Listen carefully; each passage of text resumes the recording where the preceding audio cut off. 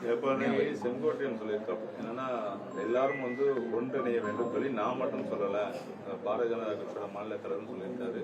அதே மாதிரி இப்ப ஹெச் ராஜாவும் சொல்லியிருக்காரு, பிரேமலாதாவும் சொல்லியிருக்காங்க.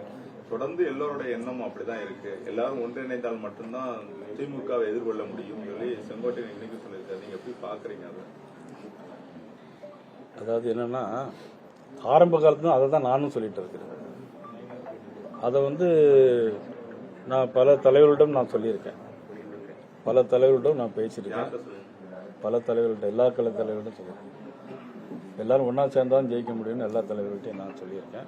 அதில் மாற்று கருத்து கிடையாது. இன்னைக்கு நடைபெறுகிற திராவிட முன்னேற்ற கழக அரசு அது ஒரு நியாயமில்லாத அரசாக, மக்கள் விரோத அரசாக, பாலியல் வன்கொடுமையில் நிறைந்த அரசாக, மீண்டும் மீண்டும் நான் சொல்கிறேன், சொத்து வரி உயர்வு, மின்கட்டண உயர்வு, 24 லாக்அப் டெத்து, கள்ளக்குறிச்சியில் 60 பேர் ஒரு வருஷம் தொடர்ந்து ஒவ்வொரு வருஷமும் 60 பேர் செத்துக்கிட்டே இருப்பாங்க. அரசாங்கம் சாராயம் குடிச்சு செத்த ஆளுக்கெல்லாம் 10 லட்சம் கொடுப்பாங்க. ஆனால் ரோடு ஆக்சிடென்ட்ல இறந்து போயாச்சுன்னா 1 லட்சம் தான் கொடுப்பாங்க. ஆனால் மக்கள் நிலைமை என்னன்னா, இப்ப சாராயம் குடிச்சு செத்து போனா கூட பரவாயில்லைங்கிற மாதிரி ஒரு மனநிலைமை கூட மக்கள் மத்தியில் வந்திருக்கு.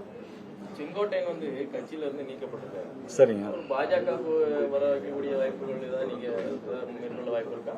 நீங்க என்ன நோக்கத்தோட கேட்கீங்க எனக்கு தெரியும். அது ஒரு கட்சி, நாங்க கூட்டணியில் இருக்கிறோம். கூட்டணியில் இருக்கும்போது அது என்னன்னா, அது அந்த கட்சியினுடைய தலைவருடைய நிர்வாகத்தில் உள்ளது.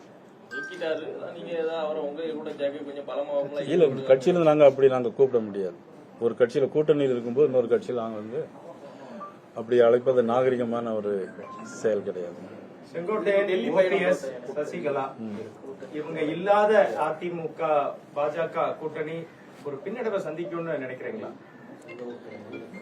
என்ன பொறுத்தவரையில் இந்த திமுக அரசு இருக்கக்கூடாது. திமுக அரசுக்கு மாற்று அரசு வேண்டும். அதனுடைய அடிப்படையில் எல்லாரும் ஒன்றா சேர வேண்டும் என்பதுதான் என்னுடைய நோக்கம். இன்னும் தேர்தலுக்கு ஒரு 8 மாசம் இருக்கு. அந்த கூட்டணி வலுவான கூட்டணியா இருக்குது. இப்ப நீங்க வலுவான கூட்டணியா ஆனீங்க. இப்ப ஒரு வாரத்துக்கு ஒருத்தர் அப்படி கொஞ்சம் வெளியில போற மாதிரி ஒரு சூழல் இருக்கு.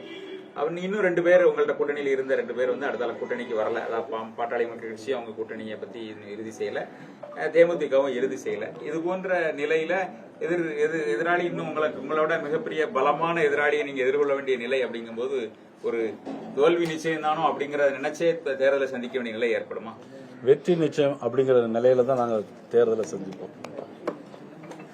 எம்ஜிஆர் சொன்ன மாதிரி தோல்வியை பிறருக்கு கொடுத்தே பழக்கப்பட்டவர்கள். காங்கிரஸ் வாக்கு திருட்டு எதிர்ப்பு மாநாடு நேற்றுக்கு பாளையங்கோட்டையில நடந்தது. மேலிட பார்வையாளர், காங்கிரஸோட மேலிட பார்வையாளர் கிரீஷ் சோடங்கர் பேசும்போது 117 இருந்து 125 தொகுதியை குறி வச்சு காங்கிரஸ் ஒர்க் பண்ணணும்னு மாநாட்டுல பேசினாரு. திமுகவோட முக்கிய கூட்டணி கட்சியான காங்கிரஸ் அந்த மாதிரி ஒரு வியூகங்களை வச்சிருக்கும் போது அதிமுகவோட முக்கிய கூட்டணி கட்சியான பாஜக அந்த மாதிரி வியூகம் இருக்கா? காங்கிரஸோட இந்த கருத்தை எப்படி பாக்குறீங்க? அதாவது சீட்டு அவங்க கட்சியில அவங்க கூட்டணியில கேட்கறது அவங்களுடைய சுதந்திரம். அது 125 கேட்கலாம், குறைந்தும் கேட்கலாம், கூடியும் கேட்கலாம். அது அவங்களுடைய கட்சியினுடைய பிரச்சனை.